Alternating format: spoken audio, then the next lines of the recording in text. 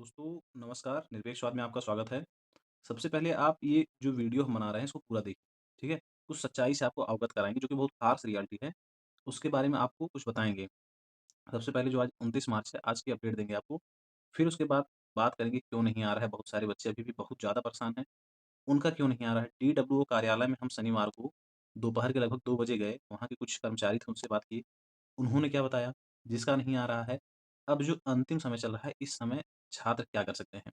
तो सबसे पहले जो आप लोग 15 सेकंड, 20 सेकंड देख के वीडियो भाग जाते हैं, दूसरे-दूसरे का वीडियो देखते हैं, कम से कम एक पूरा वीडियो देखिए, ताकि आप संशय आपके मन में जितने डायलेमा है, जितने प्रकार की समस्याएँ हैं, उससे निजात पा सकें। आप इधर-उधर भटकेंगे, 25 तरह का वीडियो देखेंगे, शॉर्ट्स देखेंगे, उससे बढ़िया एक आप पूरा वीडियो देखिए, कंक्लूड कम से कम वीडियो होने दीजिए, तब आप समझ में आएगा क्या होने वाला है, क्या हो रहा है, ठीक है? तो देखिए, दरअसल क्या हुआ, हम 28 मार्च को दोपहर में शनिवार को डीडब्ल्यू ऑफिस विकास भवन प्रयागराज, जो प्रयागराज को जान रहे हो कटरा में कचहरी के पास में विकास भवन, वहाँ हम गए। एक छात्र का वो लेके मतलब उनकी स्कॉलरशिप नहीं आ रही थी, जनरल कैटेगरी थे, तो जनरल कैटेगरी वाले जो कक्ष बना हुआ था उसमें गए। तो उन्होंने कहा कि आप ऐसा करिए, अब कहा कि 31 तारीख तक वेट करिए आ जाएगा। तो हम कहे सर ये बताइए कि हमारा स्टेटस अपडेट नहीं है, स्टेटस में हमारे क्या सस्पेक्ट लिस्ट में क्या नाम है, कैसा है? अगर नहीं पता है तो हम अगर 31 तारीख नहीं है फिर हम क्या करें, कहाँ जाएँगे? तो उन्होंने कहा कि देखिए ऐसा है कि अब हमारे हाथ में कुछ नहीं है। पोर्टल पे जो कार्रवाई होनी थी वो हो चुकी है फरवरी मिड फरवरी में 12 से 18 के बीच में, अब कुछ नहीं हो सकता है। तो हम कहे अच्छा ठीक है, कोई इसका सॉल्यूशन है कॉलेज स्तर पे या फिर कहीं और जाके किसी और प्रकार सुनवाई हो सकती है। तो उन्होंने एक नंबर दिया, हम आपको दिखा रहे हैं नंबर वो, ये नंबर है उनका, 1 सेकंड, ये। उन्होंने कहा कि आप इस नंबर पे कॉल कर लीजिए। अगर पहले तो कहे कि आप किस कैटेगरी से हैं, तो हम बताए कि जनरल कैटेगरी का है। तो उन्होंने ये नंबर दिया, वहीं चिपका हुआ था, कहे कि इस पे आप कॉल कर लीजिए, आपको हो सकता है कुछ सॉल्यूशन बताएँ।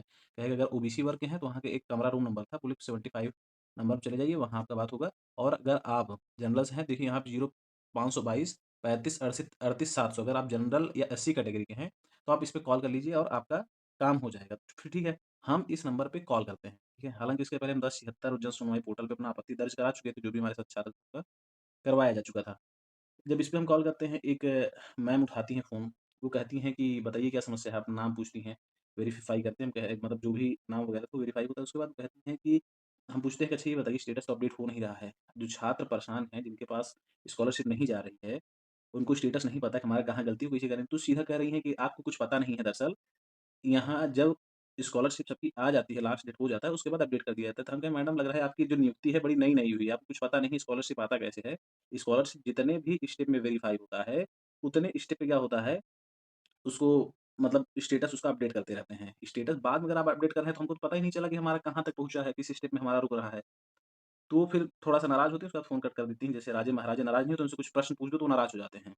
कि आप हमसे प्रश्न कैसे पूछ लिए? जी, हजूरी करते रहो तो खुश रहेंगे। मालकिन-मालकिन या मालिक-मालिक या सर-मैडम करते रहो, सर-सर करते रहो तो वो खुश रहते हैं। उनसे ऐसे प्रश्न पूछेंगे कि आपको दरअसल पता नहीं है या आपसे कह देंगे कि आप इस प्रश्न का जवाब सही से नहीं दे पा रहे हैं, तो नाराज़ हो जाएँगे मालिक। तो हम जब उनसे थोड़ा-सा टाइट होके प्रश्न पूछ दिए, दरअसल उनको आदत हमेशा रही होगी कि जो बच्चे होते हैं बीएड, बीटेक, बीएससी, एमएससी, वो हमेशा मैम या सर करके बड़े प्रेम से बतियाते हैं। उनसे थोड़ा टाइट होके पूछ दिए कि ये बताइए कि ऐसा क्यों है, क्यों नहीं आ रहा है?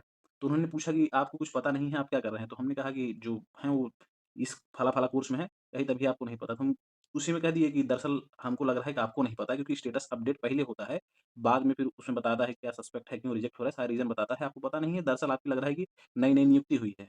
इसी पे मैडम थोड़ा-सा खिलाफ हो जाती हैं, उसके बाद फ़ोन रख देती हैं। तो दोस्तों, समझने वाली बात ये है कि अभी जितने भी कर्मचारी हैं, दरअसल फिर वहाँ पे एक महानुभाव थे, उनसे बात हुई, वो कहे कि भैया ऐसा है कि पोर्टल सारे बंद हो गए हैं। अब आप चाहे कॉलेज स्तर पे जाइए, चाहे आप विकास भवन के स्तर पे जाइए, चाहे आप ट्रेज़री विभाग लखनऊ चले जाइए, कहीं से कुछ नहीं होने वाला है। जब तक पोर्टल नहीं खुलेगा, तब तक कुछ नहीं होना है, ठीक है? आप परेशान होते रहिए, आपको सब यहाँ से वहाँ दौड़ाएँगे, कहीं से कुछ नहीं होने वाला जब तक पोर्टल नहीं खुलेगा।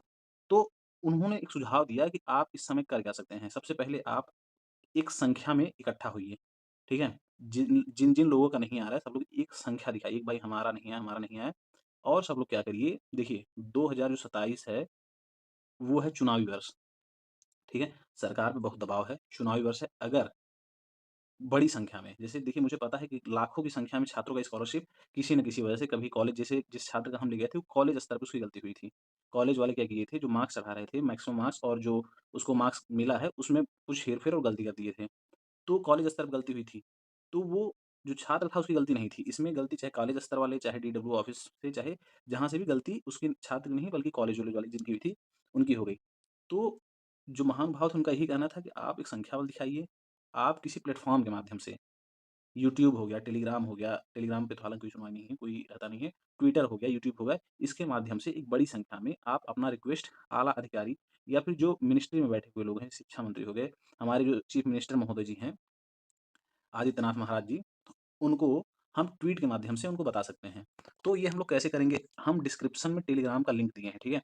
आप हमारे टेलीग्राम से जुड़ जाइए और हम एक दिन, एक तारीख डिसाइड करके किसी दिन शाम को बड़ी संख्या में योगी जी को या फिर मिनिस्ट्री लेवल पे आला अधिकारियों को टैग करके ट्वीट करेंगे कि सर हमारा जो स्कॉलरशिप नहीं आ रहा है या जो गलतियाँ हो गई, जो छोटी-सी मिस्टेक की वजह से हम एलिजिबिलिटी हमारी खत्म हो गई, जो जबकि हम योग्य थे पाने के, लेकिन नहीं मिला। किसी कर्मचारी की किसी की वजह से क्योंकि इस बार पोर्टल बहुत सारे नहीं खुले, जो रिन्यूअल वाला पोर्टल था एकदम नहीं खुला, उसमें बच्चे काम ही नहीं कर सकते थे, या तो कॉलेज स्तर पे काम हुआ या तो किसी कार्यालय स्तर पे काम हुआ। तो कम से कम अगर किसी की त्रुटि है, त्रुटि सुधारने का एक मौका छात्रों के स्तर पे दिया जाए। छात्र करें और अगर डेट हो सके क्योंकि 31 मार्च को तो वैसे अंतिम तिथि हो जाता है, उस दिन जो भी फंड बचे होते हैं सब वापस हो जाते हैं। तो आप उसको बढ़ा के 31 मार्च के बाद भी अगर सरकार चाहे तो कुछ भी कर सकती है। उसको बढ़ा के अगले माह तक ले जाया जाए और बच्चों को एक और मौका दिया जाए जिनका कुछ समस्या है, कुछ गलती है, वो उसको सही कर पाएँ। ठीक है? इस स्तर पे हम लोग बातें कर सकते हैं। बाकी और अब दूसरा रास्ता यहाँ पे नहीं रह गया है। ठीक है? तो जिनका नहीं आ रहा है, वो यही करें टेलीग्राम से जुड़ जाइए। चैनल को सब्सक्राइब कर लीजिए ताकि आपको आगे सारा अपडेट मिलता रहे, ठीक है? और वीडियो को लाइक कर दीजिए। धन्यवाद, जय हिंद।